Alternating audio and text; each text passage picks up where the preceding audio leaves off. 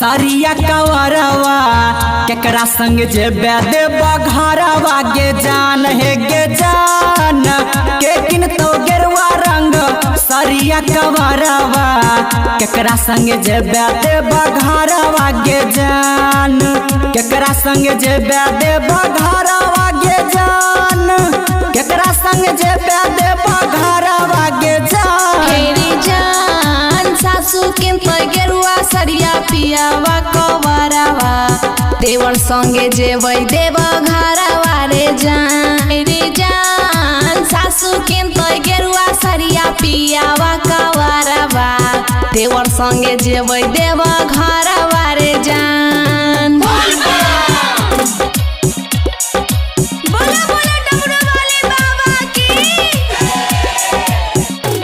presented by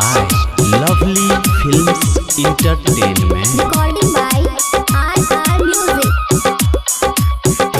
हे गे जान सुइया पहाड़ बर कठिन डगरिया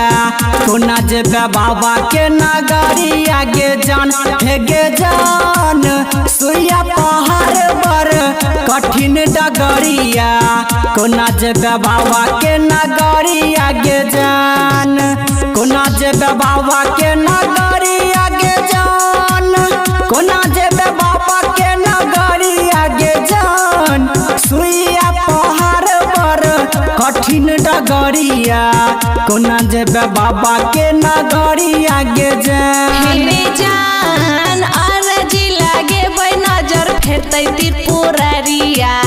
पार हेबै सुइया पहरिया रे जान हेरे जान अरजी लागे बै नजर फेरतै त्रिपुरारिया पार हेबै सुइया पहरिया रे जान बोला बोला डमरू वाले बाबा की और अपने सब सुन रहल छी लवली फिल्म्स के शानदार प्रस्तुति रिकॉर्डिंग बाय RR Music. हे गे जान कहे छो जितेंद्र राजा राइटर तोरा सुना केला मोर सपनवा गे जान हे गे जान कहे छो जितेंद्र राजा राइटर तोरा सुना केला मोर सपनवा गे जान सुना केला मोर सपनवा गे जान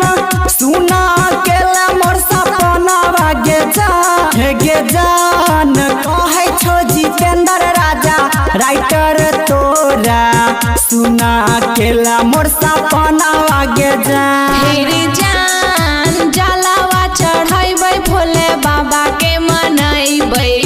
बाबा से मंगबै लालाना मारे जान बाबा से मंगबै